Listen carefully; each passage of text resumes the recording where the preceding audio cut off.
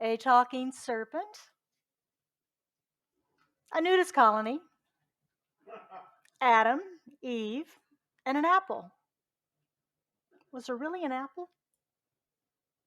Well, that's what we're going to be talking about today as we wrap up our myth busting series with a look at those first three books of Genesis, really focusing on 2 and 3, and the story of Adam and Eve and the garden and the fall and all of those other things we get to call it. And as I read these first chapters once again this week in preparation for the talk, I have to say, I totally agree with our founder, Ernest Holmes, when he said, this story, taken literally, would be so ridiculous as to be positively absurd. Hence, it is necessary to look for a deeper meaning.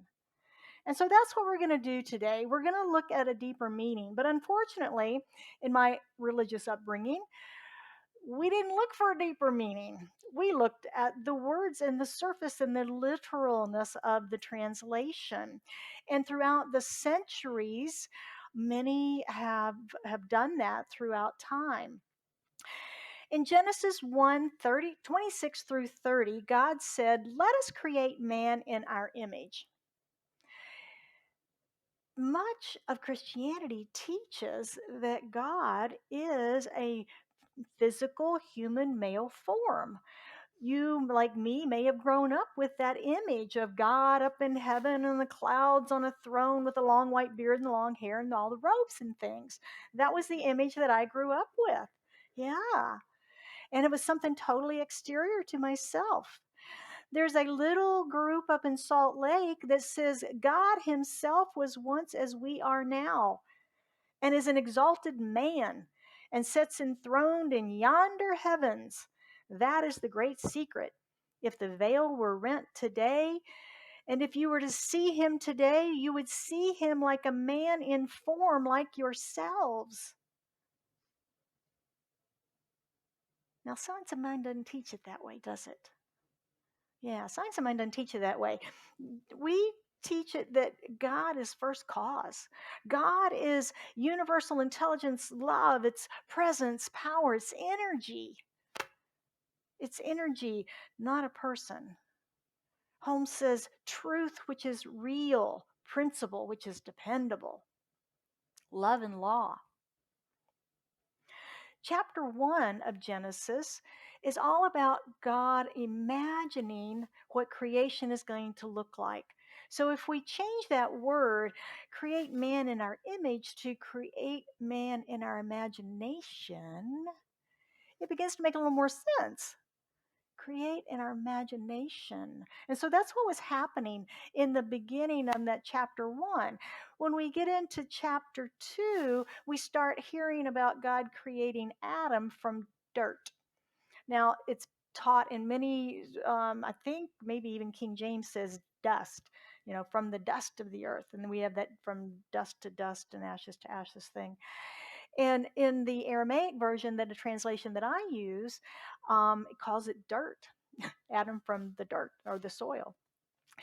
And so he created him and then he put him in Eden, made a big garden for him, put him in Eden and said, you take care of the garden.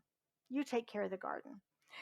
And once God moves Adam into the garden, he says, now, Adam, there's 2 trees in this whole garden you cannot touch. Do not touch the tree of life and do not eat the fruit from the tree of good and knowledge. Good and evil, knowledge of good and evil. Now, why would God put those 2 trees in the middle of the Garden of Eden where he just put Adam when he's got the whole universe in which to hide them? And then he tells them they're there. He says, don't touch them. Does that make sense? Have you seen Raiders of the Lost Ark? Yeah, great movie. Indiana Jones was our first exposure. That first opening scene is so cool. Joe, do you have it? Let's take a look.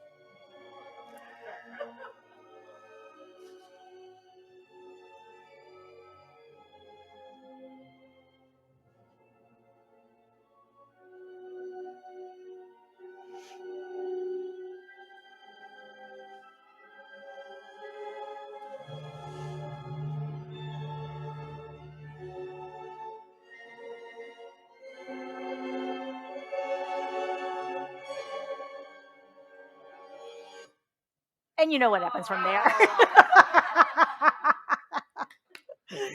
Classic plot twist, right? Classic plot twist where we provide something incredibly tempting and then say, don't get it. Now, in this particular scene with Indiana Jones, he knew what the thing was, but there were physical challenges to get into it, right? He had to fight off all those physical challenges just to get there. And then to get out with it was even worse. He had to make his way back out without getting killed. But if we think about Adam, now, I know this is hard, and I had a hard time doing this too. I'm not sure I really did because we know the difference between right and wrong, right? Adam supposedly didn't because he hadn't eaten from that fruit yet. So when God said, don't touch those, did he have any concept of trouble or wrong or anything like that? Probably not. So it's kind of an interesting twist in this, another interesting twist in the story. It's about this time now that God decides Adam needs a helper.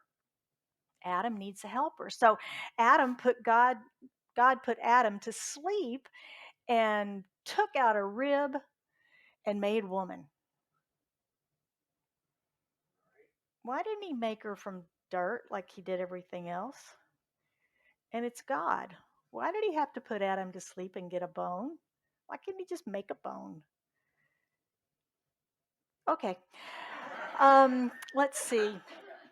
Oh, then Adam said something really odd.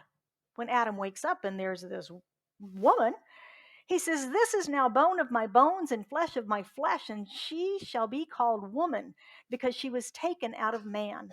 Therefore shall a man leave his father and his mother, and shall cleave or stick to his wife, and they shall be one flesh. And they were both naked. Adam and his wife were not ashamed. What is it with the naked thing? I mean, there's so much emphasis on the fact that Adam and Eve were naked. They were naked. They were naked, but they weren't ashamed. They weren't ashamed. Then they knew good and evil, and then they were ashamed. Did Adam have a mother and father that he would leave? Why did he say that? And then the wife. I mean, suddenly we have a wife in the picture. It was woman, it was a helper. Then it was a woman, and now she's a wife. She's like, okay, got all these things going on. And that was the beginning of the institution of marriage. And some even teach that God married, do you take this woman in that moment? So that's where the marriage ceremony came from. Everything's going along just fine until we move to chapter 3 now, and we find a talking serpent.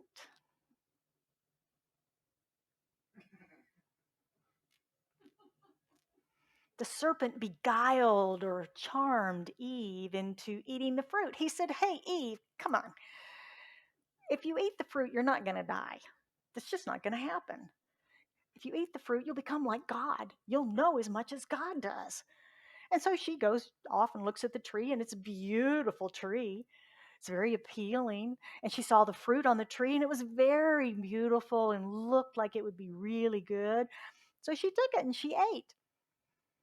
And then it says, and she gave it to her husband, gave it to Adam, and he ate it too. That's all it says. It doesn't say Adam talked to the snake and the snake beguiled Adam. It doesn't say Adam argued because God had said, don't touch that fruit. It didn't even say Adam argued with Eve. I don't know if it's a good idea, honey. God said we shouldn't do this. Are you sure we should be doing this? It just simply says, and he ate it too.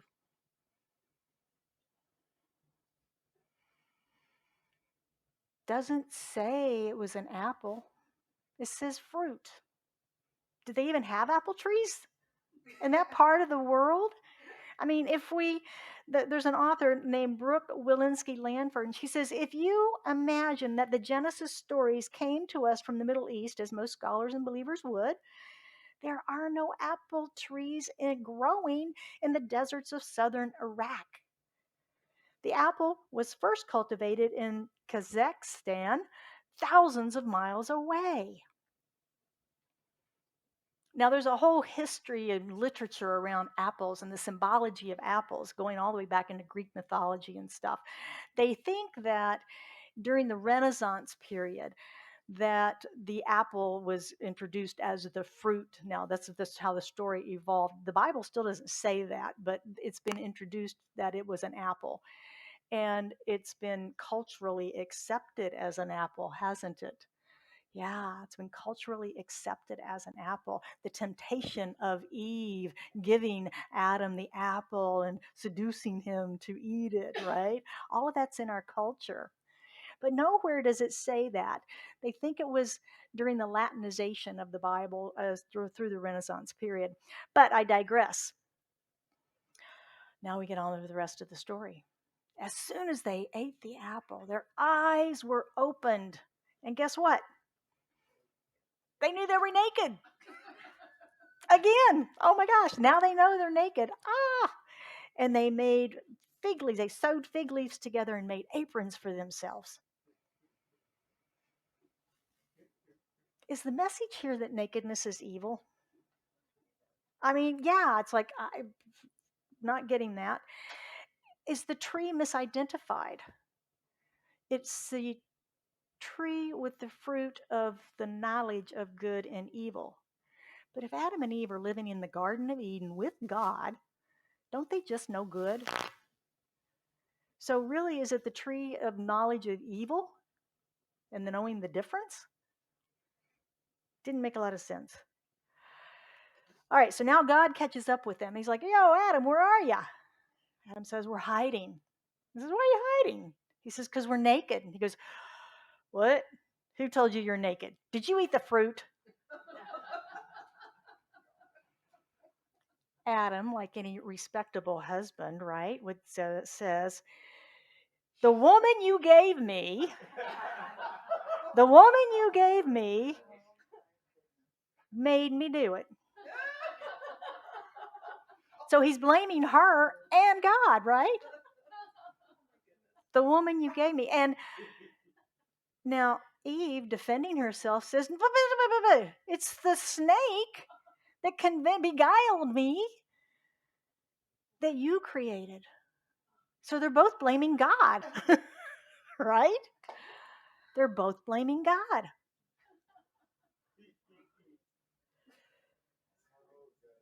So the original blame, blaming the serpent, blaming God, blaming Eve, when God just said, okay, fine, you're all three cursed.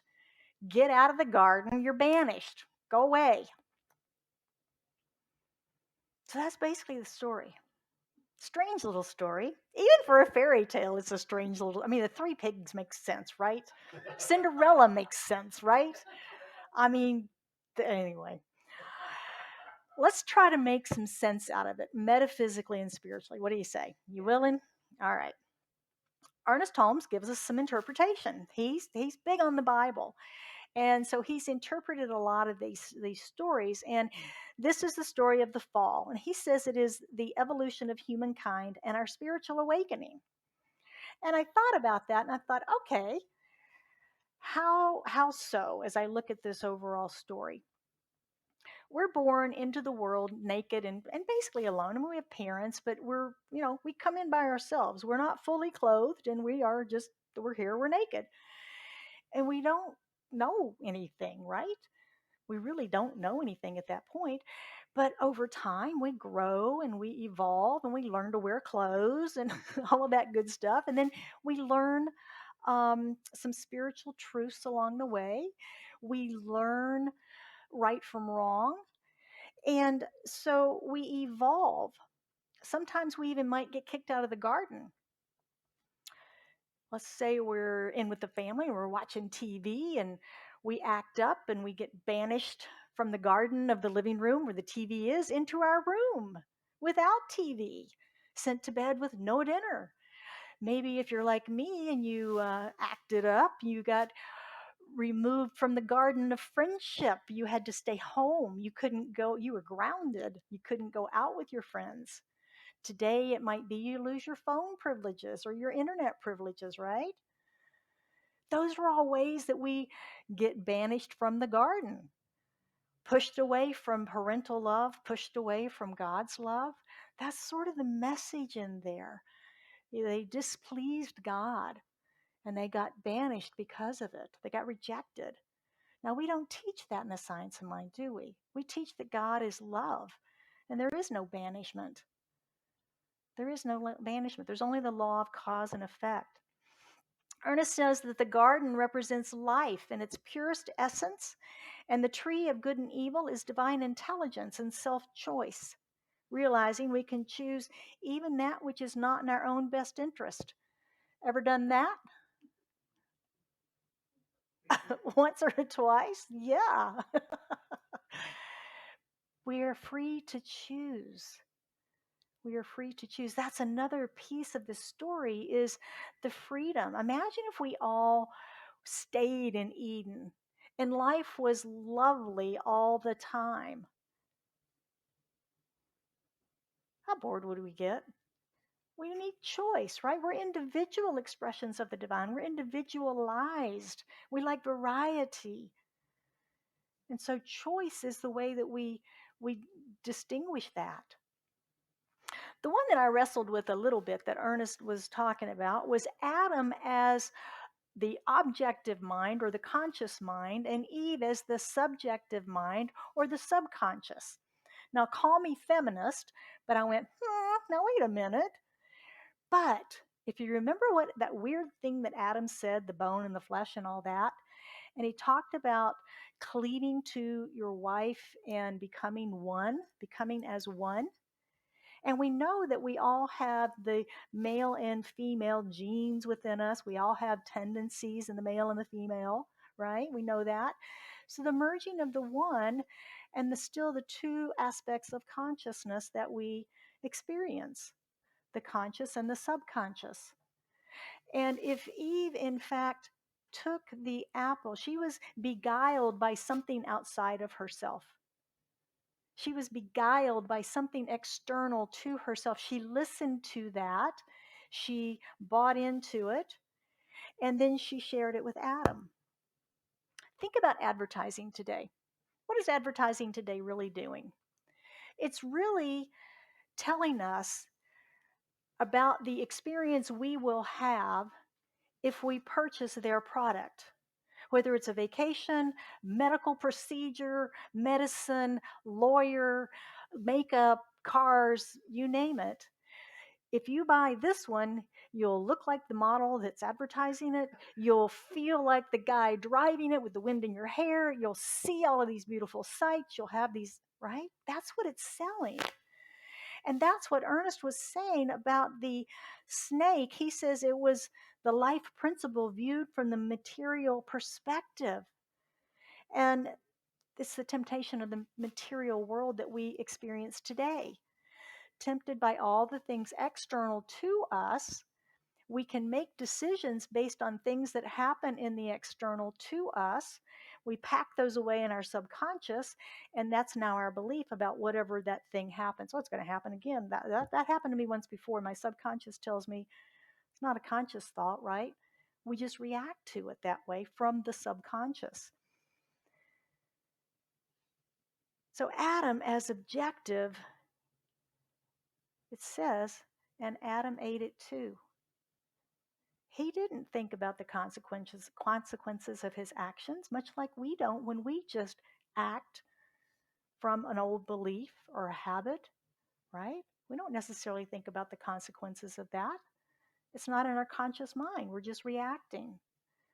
And so when I looked at it that way, and Adam just was listening to his subconscious, and Eve was the subconscious. And so that merging of the two becoming one, and that is us with our two levels of consciousness, our two levels of being.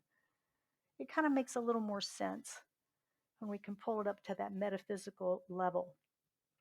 Ernest suggests that there is a part of us which can be fooled and eats of the fruit of dual experience, and in so doing reveals its own nakedness.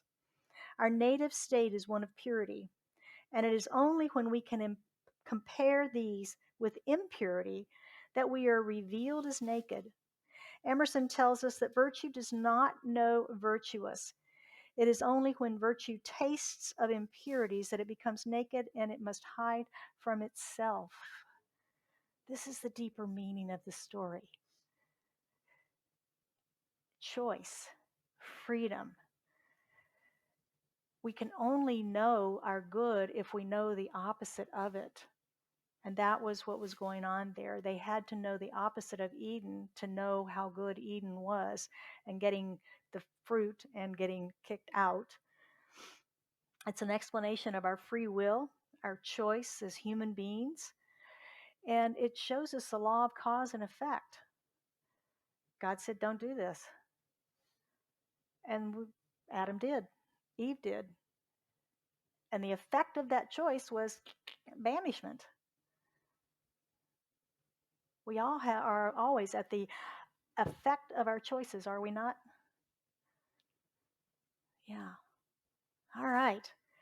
That's a high level view of that. I'm sure you've got lots of ideas about the story and its meanings and the multitude of components that are in there, the effects that it's had on society, the way we've embodied the story over the eons of centuries that it has been part of us. So I want to move to our practicing the principles right now, and then we'll move to your questions. So be thinking about those. And our practicing the principles is how we can apply this in our lives. This is a practical teaching. And so you can sign up for Mindful Monday, which is an email I send out on Monday mornings. It is this talk, the quotes, and more detail on your spiritual practices that you can use throughout the week to embody this teaching as a reminder of ways to use it. So, number one is beware of talking serpents. Beware of talking serpents. This week, focus on the choices that you're making in the moment, choices you've made in the past, choices you've made over your lifetime. How has your definition of good and evil affected those choices? Remember our book last month when we were talking about how our beliefs and choices and all of those things are colored by so much of what is external to us that we've just said yes to. And so, what are your definitions of good and evil, and have they changed over time? Did you ever do it anyway, like Adam did, eating the fruit? Did you ever do it anyway, knowing that it was wrong? What was the consequence of that? What happened? Why did you do that? Things to ponder in your journal this week. What was the effect of the decision? Number two, who or what are you blaming? Who or what? It's blame started long ago. Who or what are we blaming? Like Adam and Eve, we all have the potential to blame others for our choices and the conditions of our lives. It's easier, isn't it? It's much easier to blame somebody else. Who or what are you blaming for what in your life? Did a parent treat you unfairly? A company? Perhaps a teacher? Who are you holding in your energy field of blame? Are you experiencing joy because of that? Peace? Wholeness? If not, what can you do to release the blame and find forgiveness? That's your homework this week. What can you do to release the blame and find forgiveness?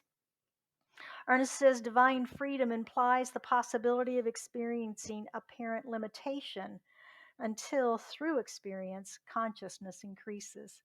And that's what we do here. We increase our consciousness to have a bigger experience of life.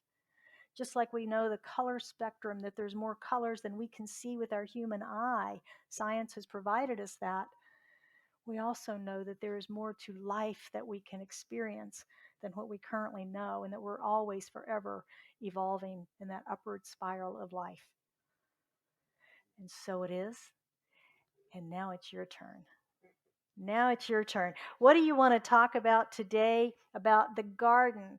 Adam, Eve, choice, cause, effect, apples, nakedness, talking to serpents, or the effect on society of this story, how it's been interpreted or misinterpreted, and the roles of women and men and God, and even apples and snakes.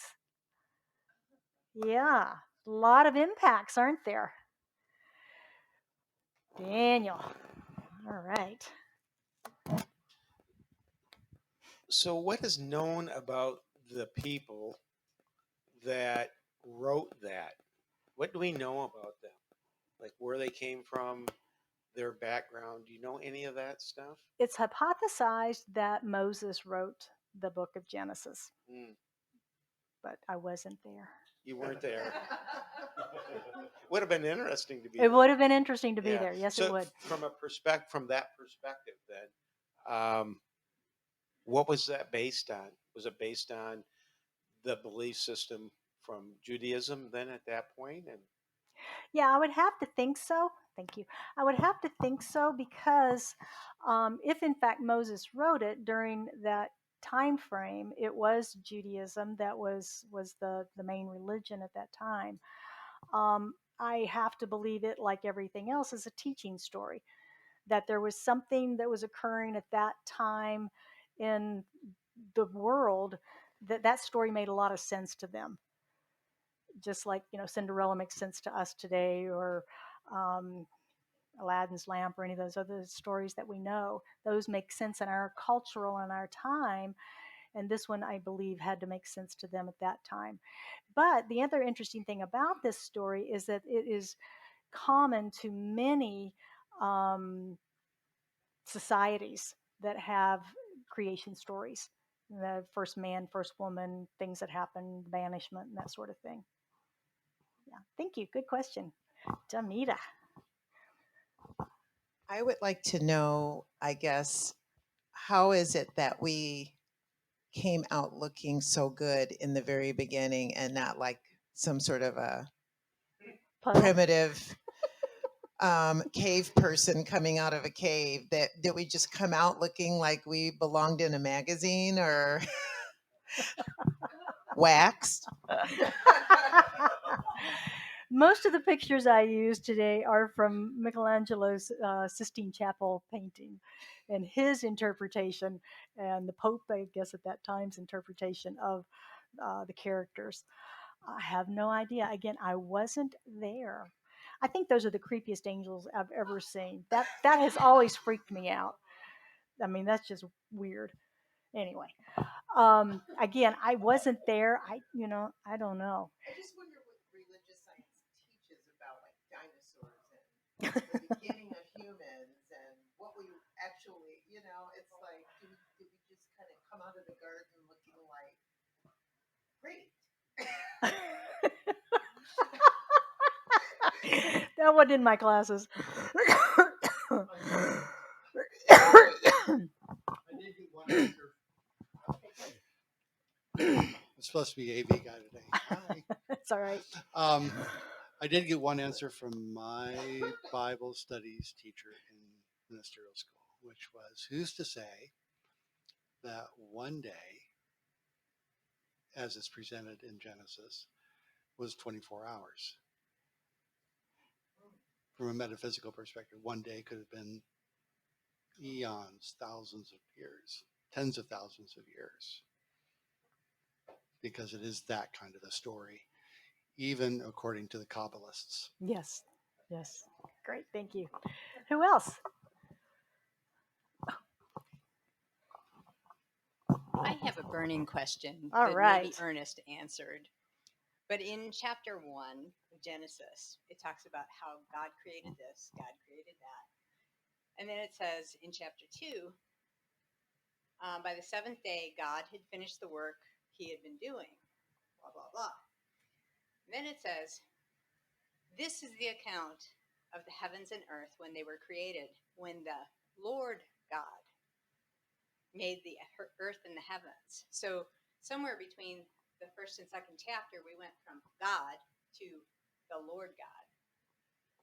It's been a burning question that I've always had. I better make up an answer here. I don't know that I know why they inserted that. Lord was a term of respect. Lord God.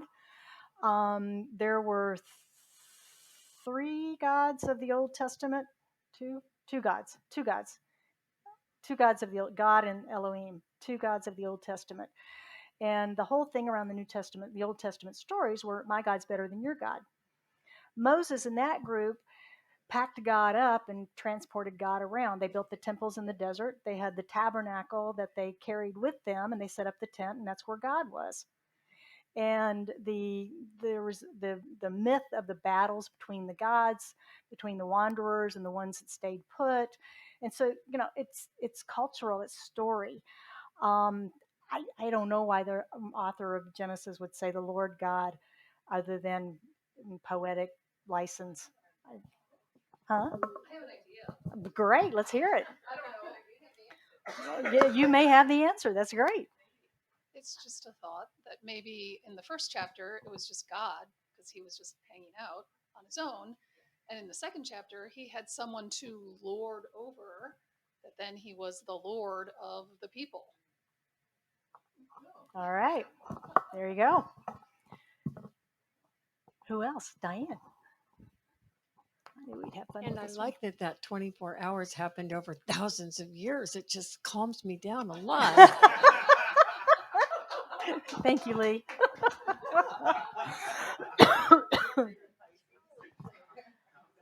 Who else? What else about the Garden of Eden, the story of Adam and Eve, the apple and the snake, the banishment, the metaphysics? Huh? What if he hadn't eaten it? Boring. Boring. No plot twist. Right? Right? Right? Well, it would. Maybe it would be if if we didn't have any other choice. Maybe it would be. I don't know. Would we even know? Would we know? Yeah. We just would not have given up. Well, see, this where Now, like Eve had already eaten, so Adam chose not to eat. she'd be going, "Boy, you're naked. Put some clothes on." He's going, "What are you talking about?" And she'd be all putting clothes on, right? Yeah. I mean, imagine that story. That could be fun.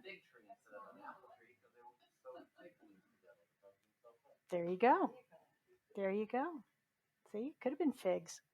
We don't know what the fruit. It was just fruit. It was appealing. It was pretty. Yeah. What else? What impact has this had on our society? Division. Division? Yes. Separation? Banishment? War? Guilt? Fear of snakes. Fear of snakes? It's true. It's true. Fear of snakes. A lot of people are afraid of snakes. Huh? Why a serpent? Why not a rat? Right? A bear,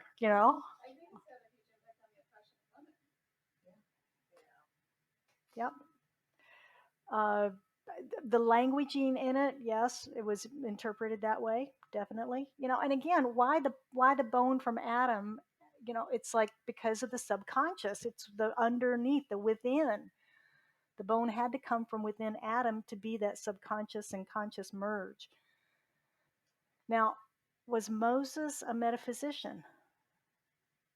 If he did in fact write this, I wasn't there. All right. Anything else? Yeah. Fun stuff. I love exploring these things because they just, they warp your mind a little bit when you start really looking at them and realizing that we really don't know, that they truly do have to be myth, metaphor, teaching story, and yet they're so complex for the time period in which they were written, and we're trying to interpret them a bajillion years later, and they were handed down through years and years and years verbally before they ever got written, so we don't really know how convoluted it got over time. So yeah, it's like, how do you define it? How do you define the creation? Do we just go into the science side and say it was all science? My question is always, what banged? If there was a big bang, what banged? It takes two things. What were they? Where was God in the Big Bang? sitting on the sideline, jumping up and down, applauding. Yay! Here we go. Here we go. All right. So, thank you all for that. I so enjoy our conversations. I hope you do. I would like to continue this format if you're good with it. Yeah? Okay, yay. We will. We will continue that. And let's move to a prayer. Anchor this all down, okay? How good it is that we come together in recognition of the one life, the one mind, the one intelligence that is God, the divine, that infinite presence, first cause, that which is life and that which has created life. No matter how we think it happened, we know we're here. We know we're one, connected in the one as God, with God, around God, God in, through, and as us, in and through each other. We are unified in the absolute wholeness that is this thing called life. And so from that place, I speak my word, knowing that while we don't really know where we came from, we know we're here. And we know we are here to live this life divine. We know we are here to express God in form. We know we are here to love, to live life to its fullest, to be prosperous, to live in wholeness, to live in the perfection of our Creator, and to love one another. And how grateful I am to know that truth. The rest of it doesn't matter so much when we remember we are love. I know for anyone that has something on their heart today for which they seek prayers, would they lift that into this prayerful time? We as a community hold them in our consciousness, knowing the perfect expression of life as them, whether it's prosperity, whether it is health, whether it is love, whether it is friendship, answers, whatever it might be. We just love and hold them right here, right now, knowing the perfect manifestation in, through, and as them now. And so it is with a grateful heart, filled with joy and thanksgiving, that I release this to the action of law, knowing that it is done and it is so. And we affirm this truth together by saying, and so it is.